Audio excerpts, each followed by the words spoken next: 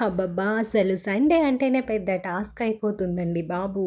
ఇంట్లో నలుగురు ఆడపిల్లలుంటే మేనేజ్ చేయగలమేమో కానీ, ఈ అబ్బాయిలుంటారే రౌడీ బాయ్స్ వీళ్ళని మేనేజ్ చేయాలంటే ఆ రోజు హెడ్‌ఏక్ రావాల్సిందే.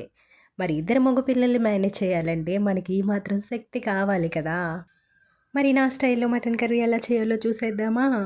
సారీ స్టార్టింగ్‌లోనే వీడియో క్లిప్ మిస్ అయింది. చెప్పాను కదా మా బాయ్స్ గురించి. మధ్య మధ్యలో వచ్చి నన్ను డిస్టర్బ్ చేసి వెళ్తుంటారన్నమాట. సో, ఏం పర్లేదు. నేనిక్కడ 2 ఇలాచీ, 4 లవంగాలు, ఓ చిన్న దాల్చిన చెక్క, 2 బిర్యానీ ఆకులు, చిన్నగా తరిగి పెట్టుకున్న పచ్చిమిర్చి, ఉల్లిపాయ ముక్కలు వేసి వేయించుకున్నాక, క్లీన్ చేసి పెట్టుకున్న మటన్ని కూడా వేసుకొని, అందులో కొద్దిగా పసుపు, ఉప్పు వేసేసుకొని శుభ్రంగా ఫ్రై చేసుకోవాలి.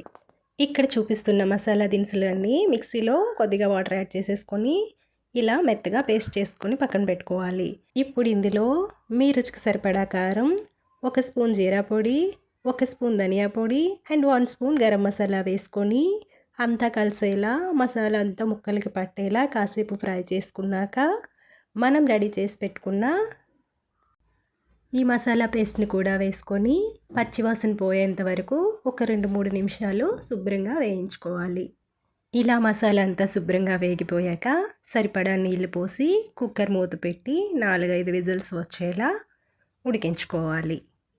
ఇంక అంతేనండి. ఎంతో గుమగుమలాడుతూ మన మటన్ కర్రీ అయితే రెడీ అయిపోతుంది. మరి అలా చూస్తూ వెళ్ళిపోకపోతే నా ఛానల్‌ని లైక్ అండ్ సబ్స్క్రైబ్ చేయొచ్చు కదా!